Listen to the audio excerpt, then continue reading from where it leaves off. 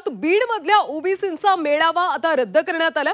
अतिवृष्टीमुळे उद्याचा महाएल्गार मेळावा रद्द झाला। मंत्री छगन भुजबळ यांच्या उपस्थितीमध्ये बीड इथं हा ओबीसी महामेळावा होणार होता, जो आता रद्द झाला। अतिवृष्टीमुळे सध्या उद्याचा महाएल्गार मेळावा रद्द करण्यात आला। बीड मधल्या ओबीसींचा मेळावा रद्द झालाय। अतिवृष्टीमुळे उद्याचा महाएल्गार मेळावा रद्द करण्यात आला। मंत्री छगन भुजबळ यांच्या उपस्थितीमध्ये बीड इथं ओबीसी महामेळावा होणार होता। सविस्तर माहिती घेऊयात आमच्या प्रतिनिधी सीमा आढे यांच्याकडून। सीमा, आता उद्याचा ओबीसींचा मेळावा रद्द झालाय, पुढची काही तारीख जाहीर करण्यात आली का? काय सविस्तर माहिती?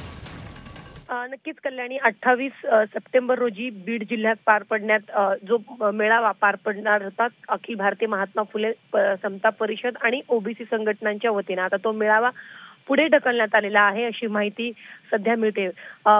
छगन भुजबळ यांनी अशा सूचना दिलेल्या आहेत की सध्या मराठवाड्यामध्ये ज्या पद्धतीने अतिवृष्टी त्या ठिकाणी आलेला आहे, त्यामुळे अतिवृष्टी झाल्यामुळे शेतकऱ्यांना आता मदतीची गरज आहे। त्यामुळे उद्या होणारा जो मेळावा आहे तो रद्द करण्यात आलेला आहे आणि पुढची तारीख अद्याप तरी कोणतीही निश्चित करण्यात आलेली नाही।